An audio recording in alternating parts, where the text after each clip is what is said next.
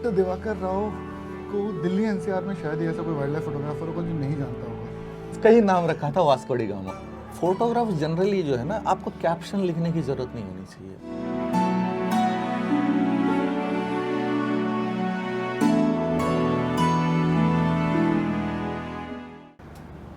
नमस्कार, मैं हूं निशांत और स्वागत है आपका राणा निशांत फोटोग्राफी पे। इंट्रो में आपने देखा होगा किसी को चलते हुए थोड़ा सा सैल्यूट में आपने उसकी काया देखी होगी। वो हैं डॉक्टर दिवाकर राव। डॉक्टर दिवाकर राव को दिल्ली एनसीआर में शायद ही ऐसा कोई वाइल्ड लाइफ फोटोग्राफर होगा जो नहीं जानता होगा। ये एक्सपर्ट हैं पोर्ट्रेट्स के, ये एक्सपर्ट हैं बर्ड इन फ्लाइट के, ये एक्सपर्ट हैं बिहेवियर के, ये एक्सपर्ट हैं वाइल्ड लाइफ फोटोग्राफी के हर उस एस्पेक्ट के जो आप सोच सकते हो अपने दिमाग में। तो ये जो वीडियो आप देख रहे हैं ये बेसिकली एक पॉडकास्ट स्टाइल में हम लोग बैठे हैं सुल्तानपुर नेशनल पार्क के पास में एक रेस्टोरेंट है रोज़ी पेलिकन, उसमें। और ये पॉडकास्ट बनाने का रीज़न है कि या ये वीडियो बनाने का जो रीज़न है वो ये है कि ताकि जो नॉलेज है हम सब की, जो वाइल्ड लाइफ फोटोग्राफर है, मैं हूँ, डॉक्टर दिवाकर हैं, डॉक्टर उपेंद्र अमन शर्मा, 2 अमन शर्मा है, मैं बड़े वाले की बात कर रहा हूँ। तो हम सब के पास जो नॉलेज है वो हर उस बंदे तक पहुँचे जो कि इस लाइन में आना चाहता है या जो कि बिगिनर लेवल पे है और वो अपने आप को ग्रो करना चाहता है। तो डॉक्टर दिवाकर का इंट्रोडक्शन मैंने आपको दे दिया। अब सवाल जवाब होंगे इनसे, बने रहना, मज़ा आएगा। सर, हाँ जी। आप करीबन 12-13 साल से हो इसमें फोटोग्राफी में। पिछले 6 साल से तो मैं ही आपके साथ जो है वाइल्ड लाइफ कर रहा हूँ और बहुत ही शानदार वाइल्ड लाइफ कर रहा हूँ और बहुत सारी चीज़ें आपसे सीखी हैं मैंने। अरे यार, तो आप ये बताओ कि आप स्टार्ट आपने जो है ऐसे लाइफस्टाइल फोटोग्राफी या फिर स्ट्रीट लाइफ में आपने स्टार्ट किया और आप वाइल्ड लाइफ तक पहुँचे और उसके बीच में आपने लैंडस्केप, मैक्रो सब कुछ हुआ है। तो ये ट्रांजिशन वहाँ से यहाँ तक कैसे हुआ? सबसे पहले ये बताओ, अंग्रेजी में बोलूँ या हिंदी में? सर, हिंदी मातृभाषा है अपनी, चैनल हिंदी का अपना। तो बचा लिया आपने मुझे।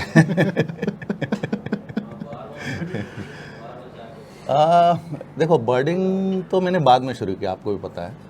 सबसे पहले मैं ना एक ब्रिज कैमरा उस ज़माने में था सोनी का, उस मॉडल मुझे याद नहीं है, तो उसमें 10x जूम होता था।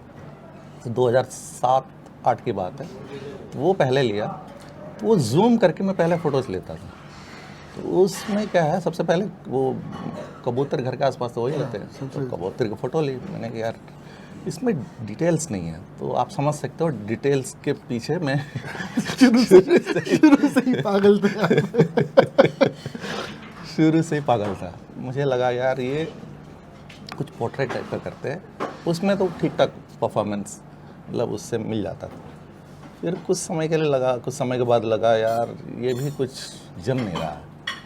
फिर मैंने सोचा एक प्रॉपर DSLR ले लेते हैं। तो मार्केट में सर्वे किया तो उस ज़माने में कैनन का एक 500D करके एक मॉडल था, which was having video capabilities in that body.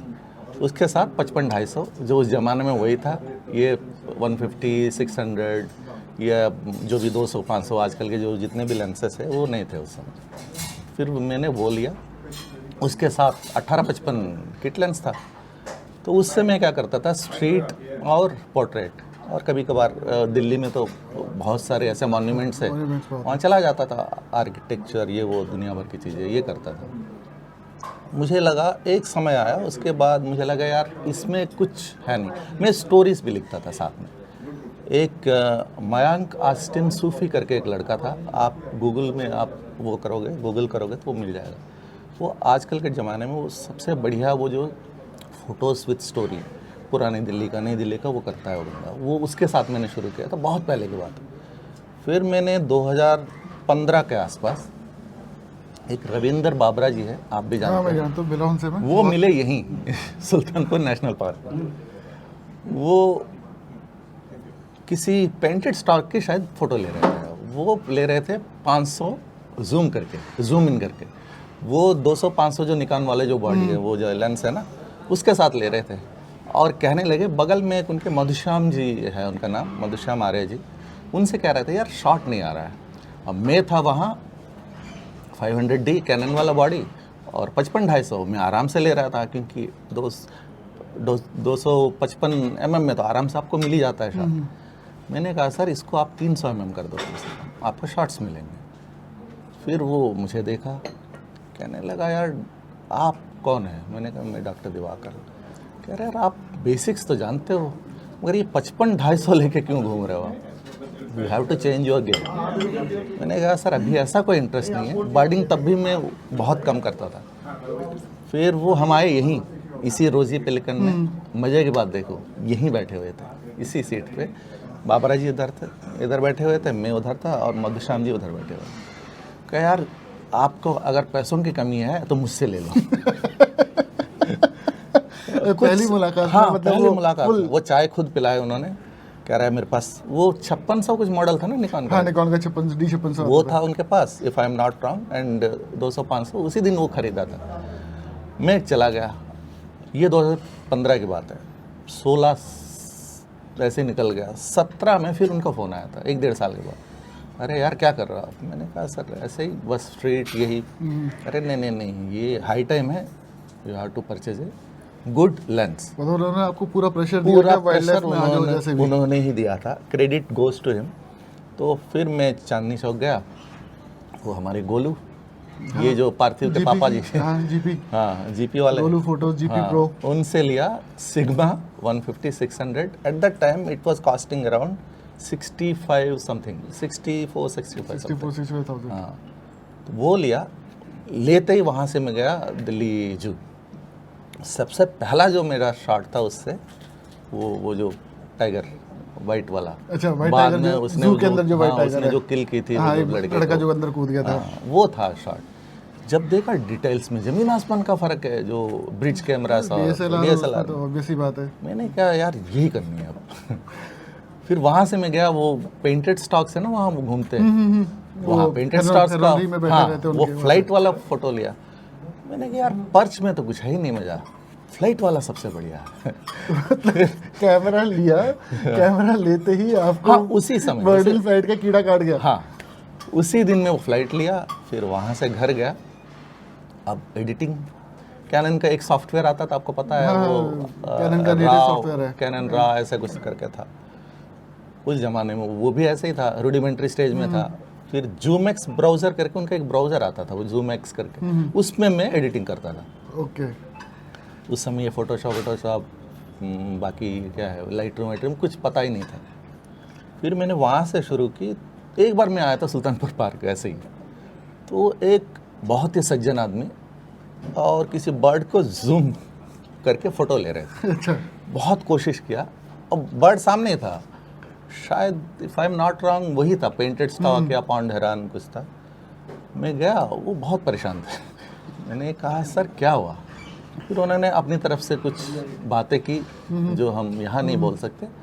फिर कहा कि यार ये फोकस नहीं कर रहा है, फोकस कर रहा है तो वो जो शार्पनेस आनी चाहिए ना इसमें, वो नहीं है इसमें। मैंने कहा सर दो मैं भी देखता हूँ। इनके पास था एक लेंस, उसका नाम इन्होंने खुद ही रखा था, वास्को डी गामा। उस लेंस का ही नाम रखा था वास्को डी गामा। वो था टैमरन जीवन 150-600 150-600। और इनके पास जो कैमरा बॉडी था वही निकॉन का निकॉन 600 था शायद। 600 फुल जिनकी आप फ्रेम, बात कर रहे हो, अगर वही है तो फुल फ्रेम था। तो मैंने भी देखा, मुझे भी लगा यार कुछ ना कुछ है इसमें गड़बड़। फिर ये मुझे ले गए और चाय वाय पिलाया, और ये मैडम ने कुछ शायद ब्रेड पकौड़ा था, ऐसे कुछ था। आप बना डॉक्टर के ले उपेंद्र आए। की बात कर रहे हो ना? हाँ, डॉक्टर डॉक्टर उपेंद्र सज्जन तो इंडिया में नहीं, वो शायद वही है। मैडम तो मतलब बहुत ध्यान रखते हैं खाने पीने का। आलू पराठा था शायद, तो वो खाए। फिर ये चले गए, नंबर लिया। फिर नेक्स्ट डे या उसी दिन शाम को फ़ोन किया, यार उसमें गड़बड़ जो है ना, वो में फ़िल्टर लगा हुआ था। अच्छा, आगे यूवी फिल्टर लगाया। उसकी वजह से शार्पनेस नहीं आ रही थी। मैंने कहा चलो सर अच्छी बात है, आपने मिस्ट्री जो है सॉल्व कर लिया आपने। फिर नेक्स्ट 1-2 दिन के बाद हम लोग फिर मिले। फिर उसके बाद मैंने जितनी भी बर्डिंग की 2017 एंड से लेके 18 स्टार्टिंग तक, उसके बाद आप लोग मिले हाँ, फिर धनौरी में। 18 में हाँ आपको मैं इनके लिया था। और भी शिष्य थे, बहुत सारे थे इनके शिष्य, कम से कम 10-15 शिष्य थे। थे। कुमुद कुमार हाँ, गंगेश, बहुत है सर। रकीम, हाँ, अब्राहम रकीम और है, मुकुंद कुमार जी हैं। सोलंकी साहब, सुधीर कदम, बहुत है, भाई, बहुत ये है। सारे थे।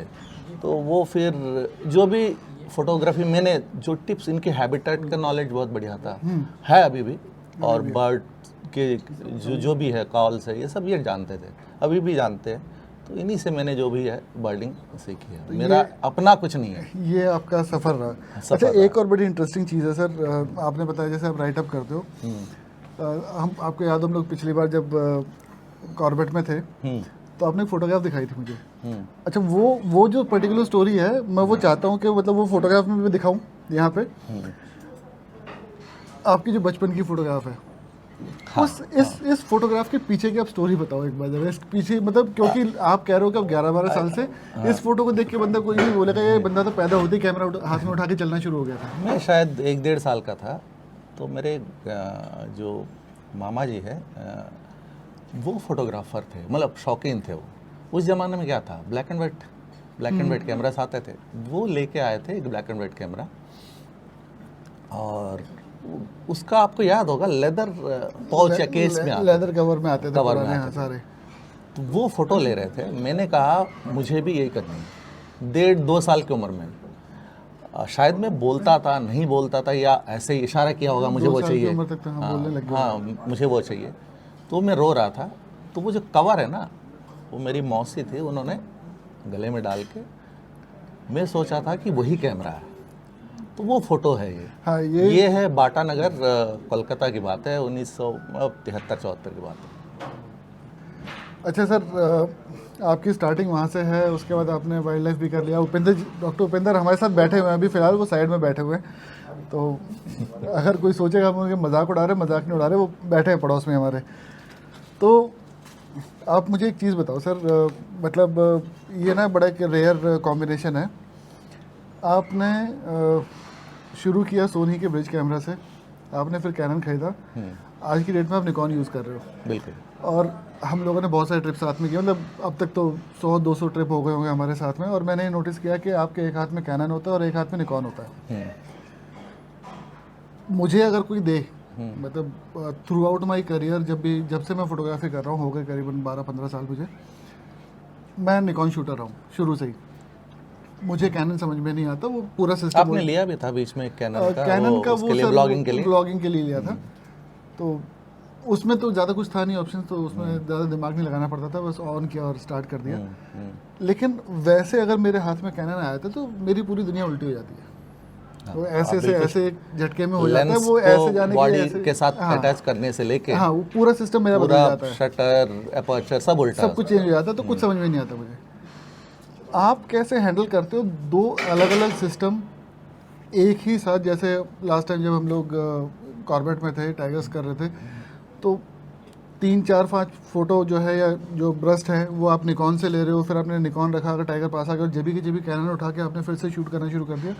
वो जो ट्रांसफॉर्मेशन है फ्रॉम निकॉन टू कैनन, या फ्रॉम कैनन टू निकॉन, वो कैसे आप मैनेज करते हो दिमाग के अंदर अपने, कि कोई दिक्कत नहीं होती, या वो मसल मेमोरी बन गई है, बैक ऑफ द माइंड हमेशा रहता है कि अब मेरे हाथ में कैनन है, अब मेरे हाथ में निकॉन है, कैसे मैनेज होता है? जो कॉर्बेट का ट्रिप था ना, आपको भी पता है कि जो टाइगर होता है, जब दूर होता है, चाहे आप 200-500 से लो, 100-400, जो कैनन का 100-400 है, it's a very good length, उससे लो, कोई फ़र्क नहीं पड़ता।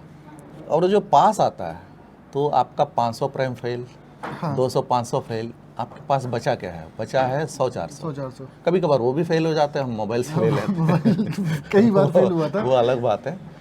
तो ये मैं एक्सपर्ट नहीं हूँ इन दोनों चीज़ों का, मुझे भी दिक्कत होती है। जैसे मैं घुमाता हूँ इस तरफ शटर स्पीड बढ़ाने के लिए निकॉन में, उसका उल्टा है, वो उल्टा है कैनन में। बहुत बार शॉट्स मिस भी हुए।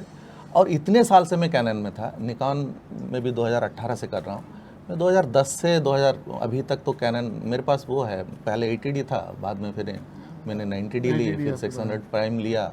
600 प्राइम से कुछ काम, मेरा जो स्टाइल है, मेरी जो स्टाइल फोटोग्राफी में उससे आपका वो फिट नहीं बैठ रहा था, फिर मैं 100-400 से लेता रहा। मगर मुश्किल है, इतना आसान काम नहीं है वो। नहीं, इसीलिए मतलब आपका कोई एक प्रोसेस है कि अब मैंने निकॉन रख दिया तो दिमाग में कहीं रजिस्टर हो जाता है? मैं क्या करता हूँ, आपको भी पता है मेरी जो, हाँ, मैं एक चीज़ बताऊँ, जो फोटोग्राफी बेसिकली हम लोग ये सोचते हैं, कैप्चर द मोमेंट, यही है ना फोटोग्राफी, और कुछ नहीं है। एक लाइन में अगर कैप्चर द राइट मोमेंट, मेरे हिसाब से वो मोमेंट सेंसर में नहीं, वो मोमेंट यहाँ होता है। दिमाग में, हाँ। वो दिमाग में होता है। जो आप पहले सोच लिया कि ये आ रही है तो ये होगा, उसके हिसाब से मैं पहले सेटिंग्स रखता था, मैं चेंज नहीं करता था, क्योंकि चेंज करने में ना फिर वो गड़बड़ हो ऊपर जाएगी। नीचे हो जाता है। अच्छा सर, मैं ना कुछ चीज़ें लेके आया हूँ यहाँ पे ना, लिख के अपने साथ में।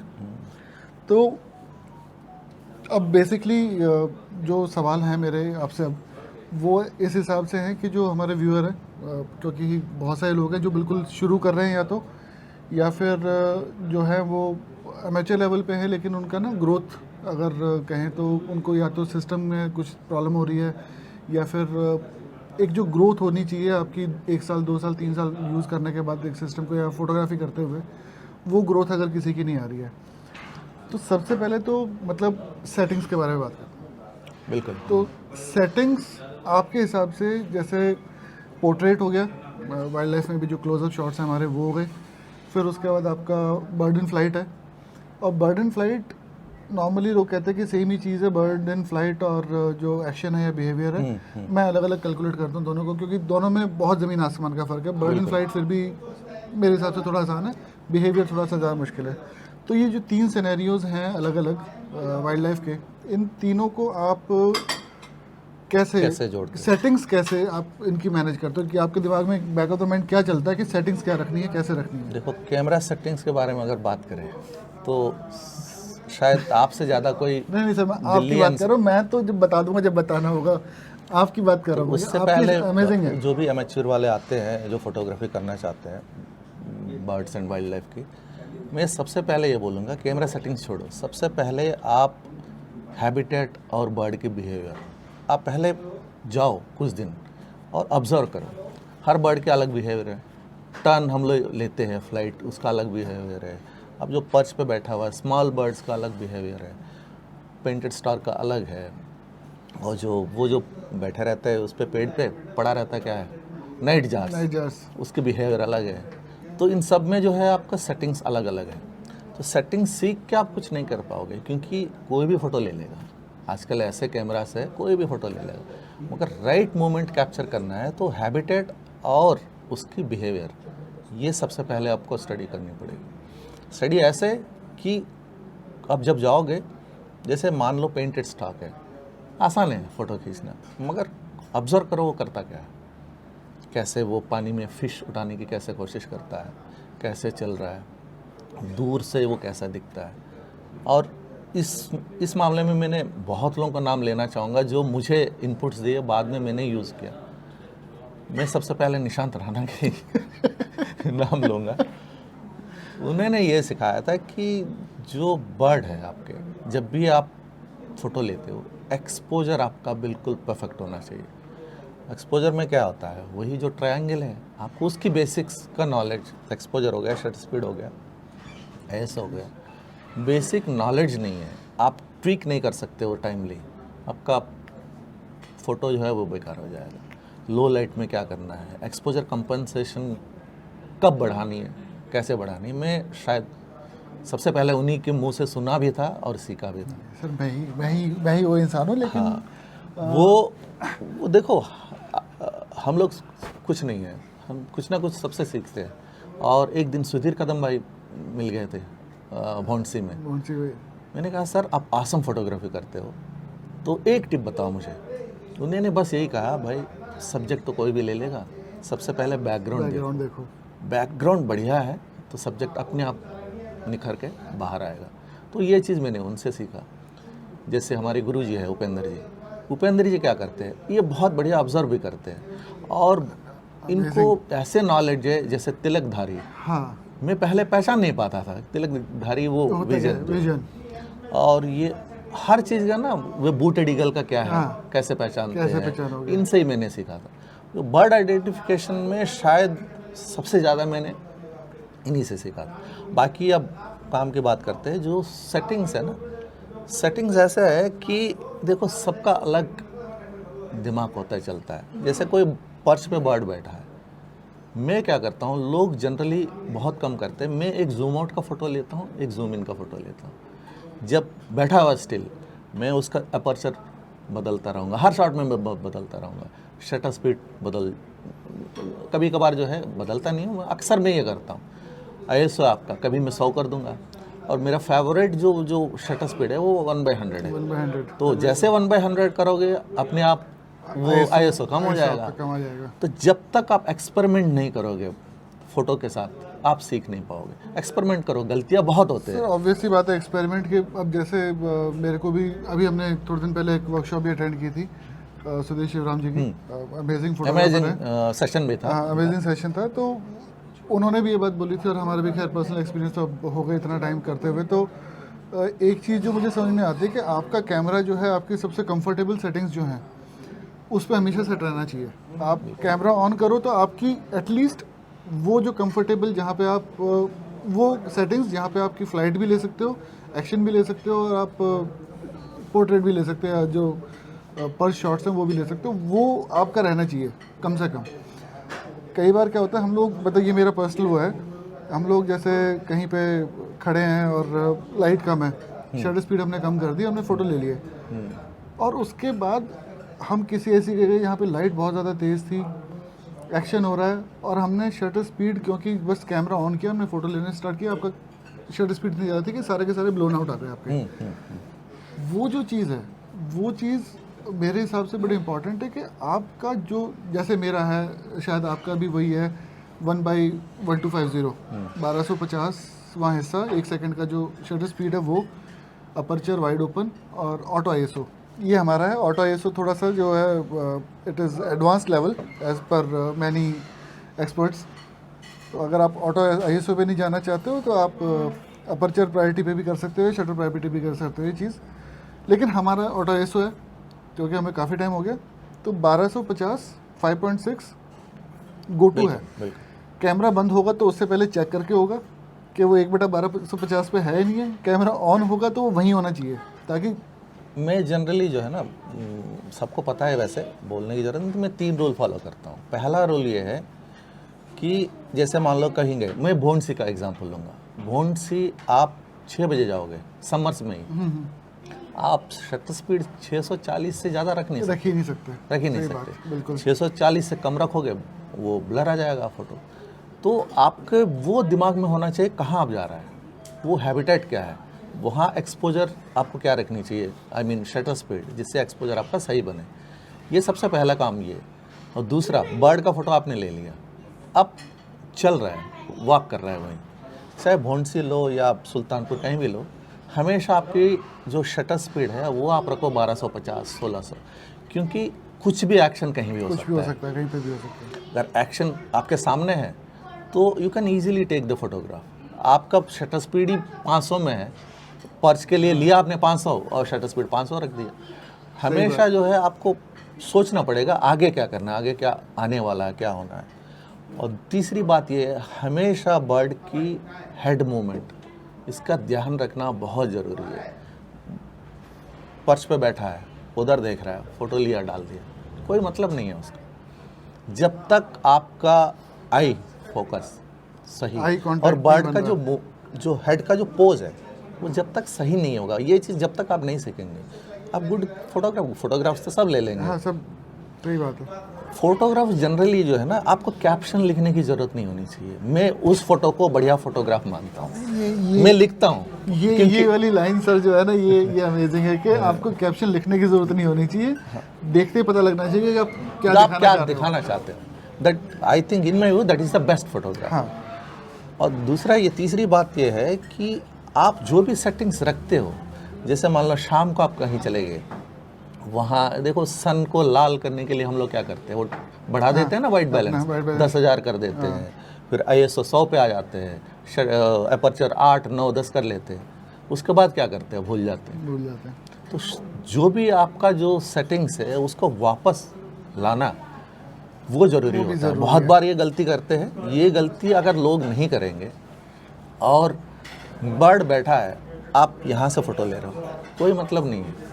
बर्ड जहाँ बैठा है उसका आई लेवल पे फ़ोटो लो, आई लेवल चाहिए, हमेशा आई लेवल पे लो। और बल्कि आजकल कुछ लोग स्लैंटिंग में भी आजकल ले रहे हैं, वो अलग एक लेवल का डोमिनेंट दिखाना है तो नीचे से ऊपर ले रहे हैं, हाँ, दब्बू दिखाना है तो ऊपर से, मतलब ऊपर से नीचे तो खैर वैसे भी कोई बहुत। और हमेशा मैं कहता हूँ कि बैकग्राउंड का ध्यान रखो।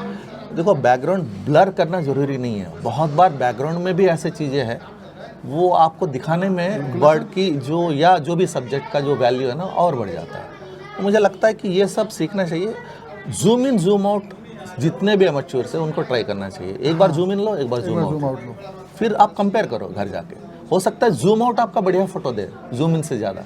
हाँ बिल्कुल सर, स्टोरी है उसके अंदर, कॉम्पोजिशन के आपके पास ज़्यादा चांसेस होते हैं जूम आउट में, मतलब जो थोड़ा सा दूर वाले शॉट हैं। सर अगला सवाल जो है ना बहुत बहुत इम्पोर्टेंट है। आप मतलब एटलीस्ट मैं, क्योंकि मैं आपके साथ इतने सालों से कर रहा हूँ और मैक्सिमम ये होता है कि हम दोनों ना साइड बाय साइड ही खड़े और होते हैं। सीख मैं आपसे रहा हूँ। आपसे दुनिया सीख रही है सर। तो जब हम साइड बाय साइड खड़े होते हैं दोनों और एक ही सब्जेक्ट है, हमें पता है कि हम शॉट साथ में ले रहे हैं, लेकिन आपके और मेरे थॉट प्रोसेस में बहुत ज़्यादा फ़र्क है।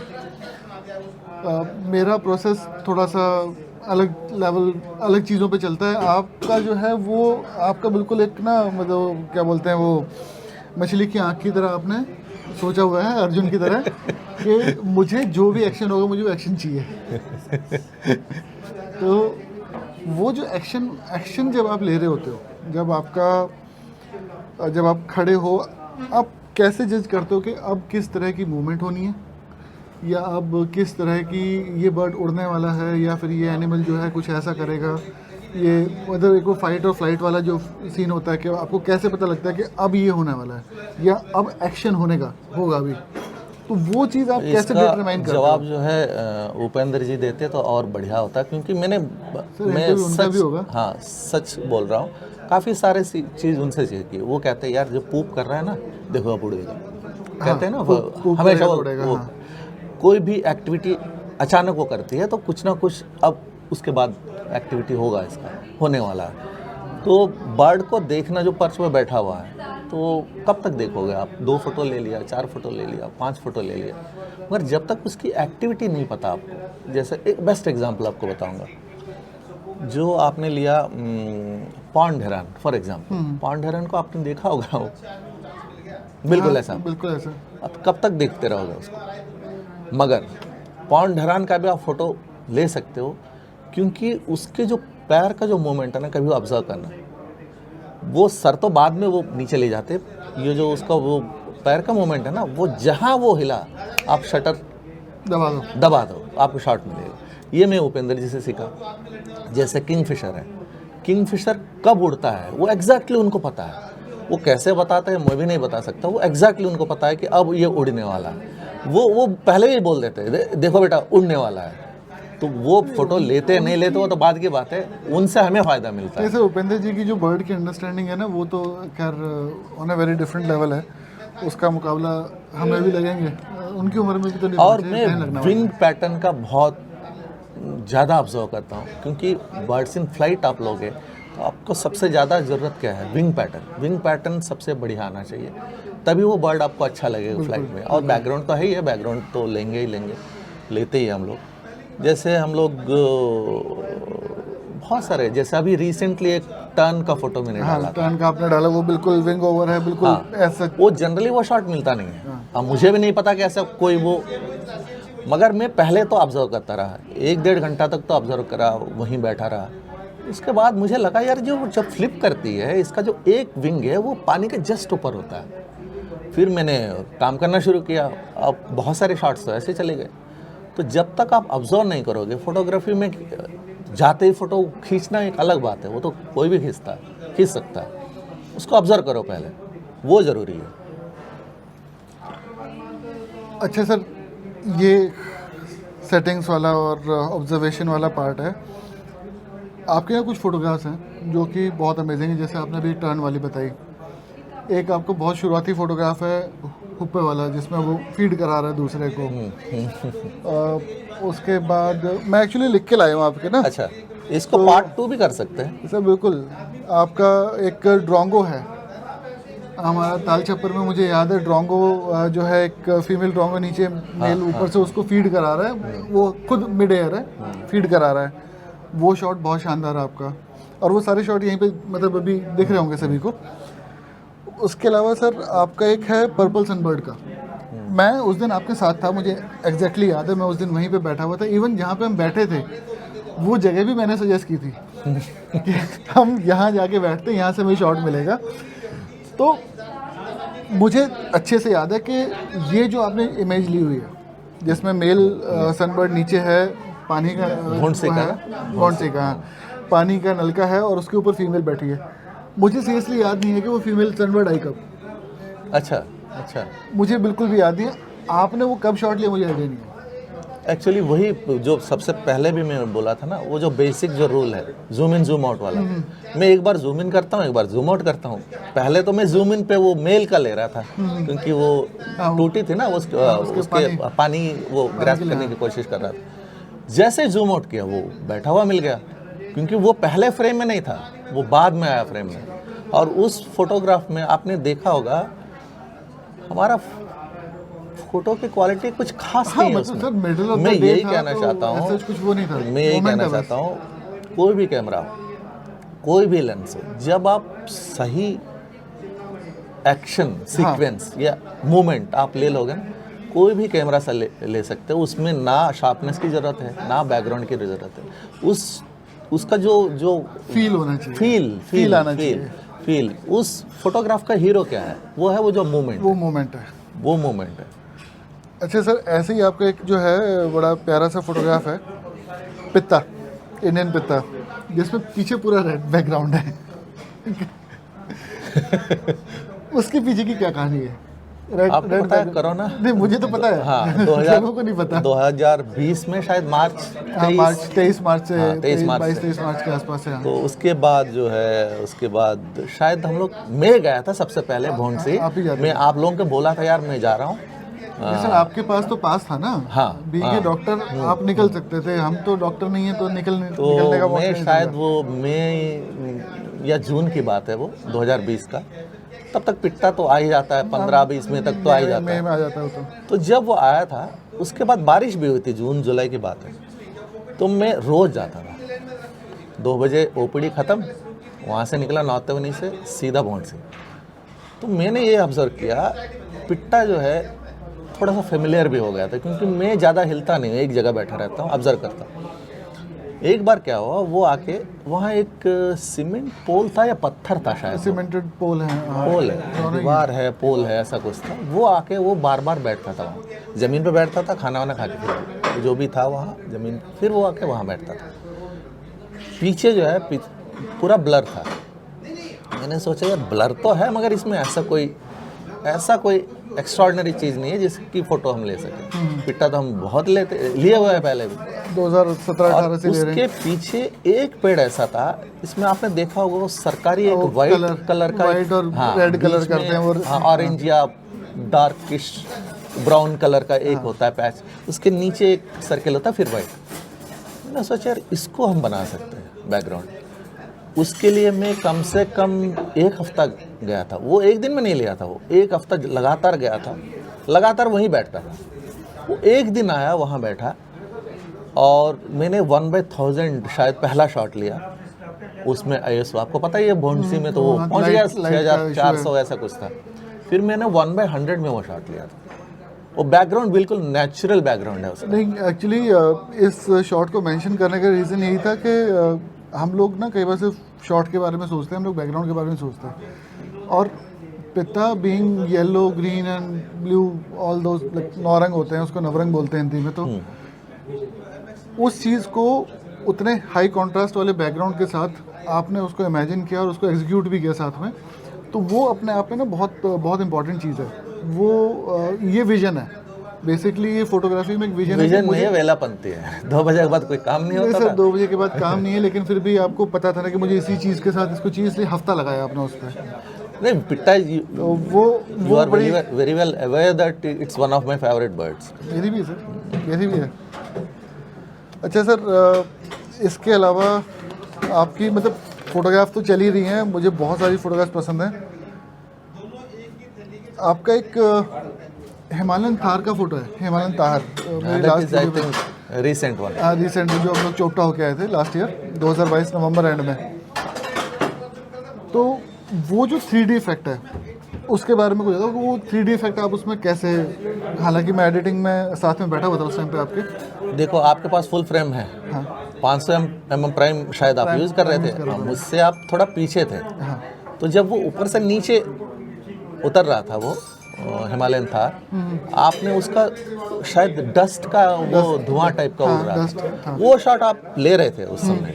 मैंने आपको देखा था तो आप ले रहे थे। मेरे पास जो डिसएडवांटेज था वो ये था कि क्रॉप सेंसर ये 500 निकॉन का ऊपर से मैं लगाया हुआ था, वो प्राइम 600 नहीं अच्छा वो 500 पीएफ निकॉन का।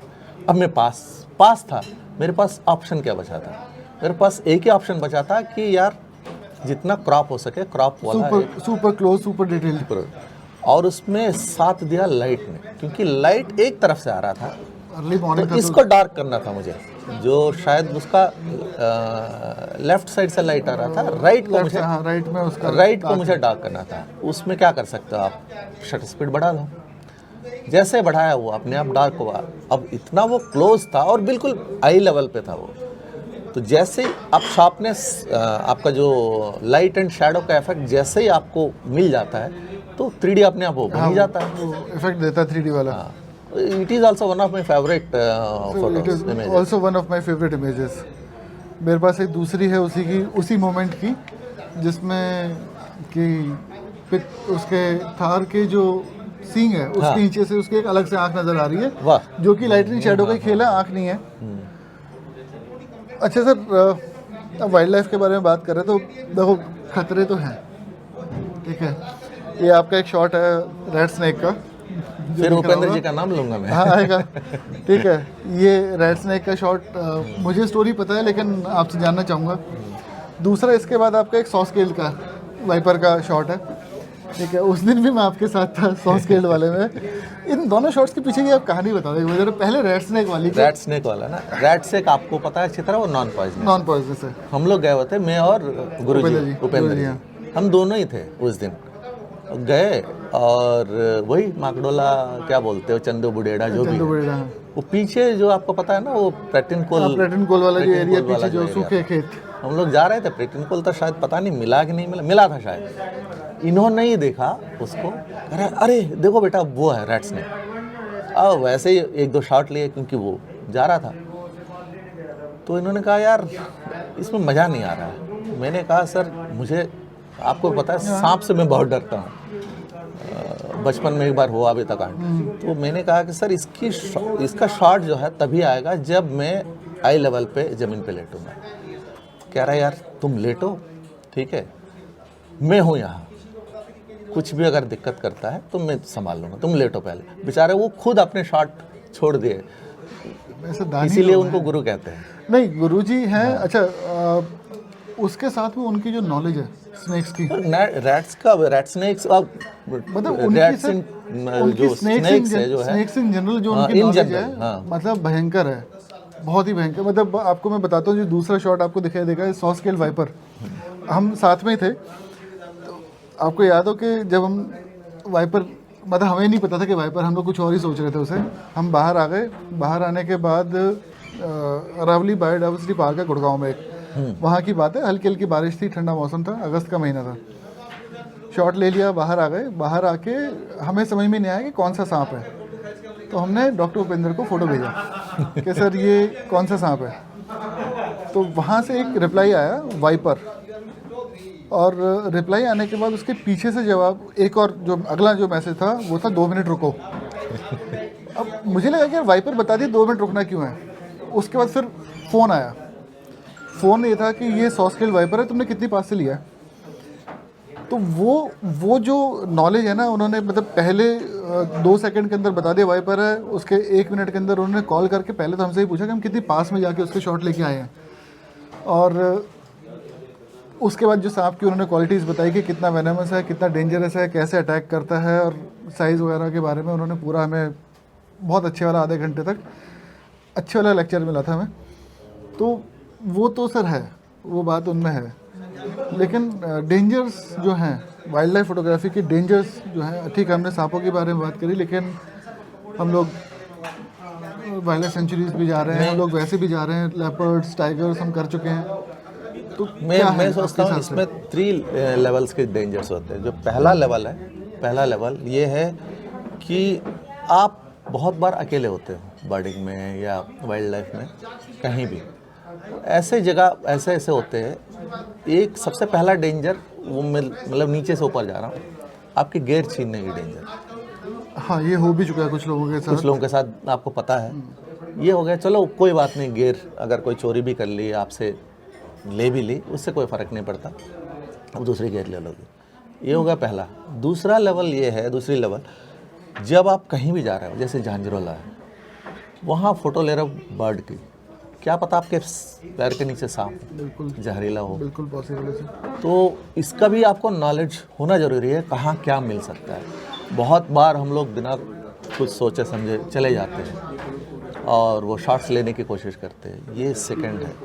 और थर्ड ये है, दिल्ली और गुड़गांव जितने भी रह गए लेपर्ड की एरिया हाँ, तो अब है तो ही। अरावलीज में तो आप चले गए बहुत भौंसी, फ्रीक्वेंटली लेपर्ड साइट हो रहा है। आप कोई बर्ड ढूंढने गए, आप अकेले हैं, तो अटैक तो हो ही सकता है। स्नेक्स और जो बिग कैट्स है ना, इसका जो big cats in Delhi in NCR area में तो वो लेपर्ड ही है। लेपर्ड है।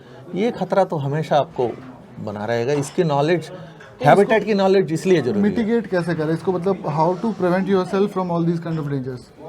सांप के लिए आपको पता है, you have to wear good shoes. Good, जो सोल उसका बढ़िया हो, बाकी उसका आजकल तो बहुत सारे गेयर्स आते हैं, आप एंकल तक, नी तक पहन सकते हो। और कपड़ा जो है, जो भी आप पहनते हो वो मोटा होना चाहिए, मोटा होना, डिकाथलॉन में मिल भी जाता है। और देखो लेपर्ड से तो 2 लोग अगर है बर्डिंग में तो बच सकते हैं। अब अकेले हो, अब बैठा हुआ हो, वो आपको ऊपर से देख रही हो तो अटैक कर सकते हो। हाँ, तो मतलब बेसिकली व्यूअर्स को यही था कि डेंजर्स हैं, ऐसा नहीं है कि डेंजर फ्री चीज़ है, बिल्कुल खतरे तो इसमें हैं ही, बिल्कुल बिल्कुल। तो थोड़ा ध्यान रखना जरूरी है। और इंसेक्ट्स भी ऐसे होते हैं, ये नहीं मैं, हाँ, इंसेक्ट से सही बात। इंसेक्ट बाइट से भी लोग बहुत नुकसान हो सकता है। इंसेक्ट बाइट से बताता हूँ, लास्ट टाइम जो हम लोग ये इंटरव्यू करने की सोच रहे थे, मतलब मैं और सर साथ में थे और हमने सोचा कि वीडियो बनाते हैं, तो हम लोग भौंसी में बैठे, मैंने कैमरा सेट किया, सब कुछ हो गया, और उतने में मधुमक्खियों ने हमला कर दिया। तो मेरे ऊपर कोई मधुमक्खी नहीं आई, सर के पीछे बढ़ गई, यहाँ पे कम से कम 10 जगह इनको काटा है। शाम तक इनको बुखार जैसा हो गया गोली खा के। तो उसके बाद ये 2 हफ्ते हो गए, 2 हफ्ते से ये इंटरव्यू ऐसे टले जा रहा है। तो खतरे तो है सर, हर एक चीज़ का है, सांप का है, बिच्छू है, बिच्छू भी है, उसके अलावा गिरने का खतरा है। गिरने का खतरा आप अगर ध्यान दे के नहीं चलोगे तो गिरने का भी बहुत खतरा है इस चीज़ में। आपकी गाड़ी फंसने के चांसेस हैं, कई बार हो चुका है हमारे साथ, तो गाड़ी का ध्यान रखना बहुत ज़रूरी है। तो ओवरऑल ये जो है रैप अप करते हैं अब यहीं पे। ये थी आपके लिए वाइल्ड लाइफ फोटोग्राफी, एक वाइल्ड लाइफ फोटोग्राफर की लाइफ, कहाँ से स्टार्ट हुआ, कहाँ पोर्ट्रेट से बचपन में कैमरा दिखा था, उसको जिद थी उसकी लेने की, और वहाँ से शुरू होकर और आज वो दिल्ली के टॉप 10 वाइल्ड लाइफ फोटोग्राफर्स में से एक है। उनकी स्टोरीज़ आपने सुन ली, उनका एक्सपीरियंस, उनकी जो सेटिंग्स हैं या ऑब्जर्वेशंस जो हैं वो आपने देख ली। सर आपका इंस्टाग्राम हैंडल बता दो एक बार सभी को। यार मुझे याद नहीं रहता है, डॉक्टर दिवाकर फोटोग्राफी, हाँ _ फोटोग्राफी। ठीक है, तो ये इनका इंस्टाग्राम हैंडल है, बाकी वैसे नीचे डिस्क्रिप्शन में भी अटैच्ड होगा ही।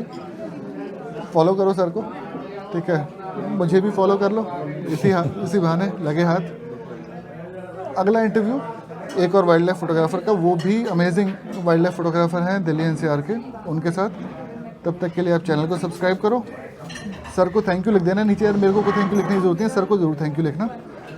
और फिर मिलते हैं आपसे किसी नए वीडियो में। आपको भी बहुत बहुत धन्यवाद, मुझे आप इस लायक समझा कि मेरी इंटरव्यू आप। सर मेरा जो है ना इस चीज़ के पीछे मेरा पूरा टारगेट जो है, मतलब नॉर्मली सबने देखा कि मैं ब्लॉग करता हूँ या छोटे मोटे, और रेगुलर ब्लॉग भी नहीं करता।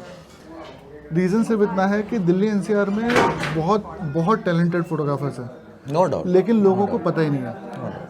मतलब अगर मैं ऑफ द माइंड अगर एकदम से बोलूं कि नाम किस किस के ध्यान में आते हैं, आप हैं, डॉक्टर उपेंद्र हैं, अमन शर्मा है, हितेश चावला है, कुमार कुमार गंगेश, संजय गर्ग साहब, संजय गर्ग, सुधीर कदम साहब, सुधीर कदम, और आपका विशाल मुनाकर भाई, भाई, ठीक है, उसके अलावा सोलंकी साहब, संजय सोलंकी, हमारे गुरुजी रहे, वो अभी भी है, आज भी हमारे गुरु हैं सर वो। और उसके अलावा सर अगर आप अमित शर्मा जी, अमित शर्मा, अमित शर्मा मतलब वो फोटोग्राफर के साथ साथ जो है ना मतलब आजकल के बच्चे भी यार बहुत अच्छा Yatin Verma, photographer, Yatin Verma amazing amazing guy, photography, मतलब बंदा भी अमेजिंग है। और जो आज मिला था लड़का अभिषेक गौतम, तो ये सारे शिवांक सारे अच्छे शर्मा, फोटोग्राफर हैं। तो कपिल भाई, कपिल पृथ्वी। तो बेसिकली इसके पीछे रीज़न यही है कि इन सबको एक्सपोजर मिले, लोगों को पता लगे कि सिर्फ जो टीवी पे 2-4 आते हैं या जिनको यूट्यूब पे जो फेमस हो गए हैं सिर्फ वही फोटोग्राफर नहीं है, और भी हैं बहुत सारे।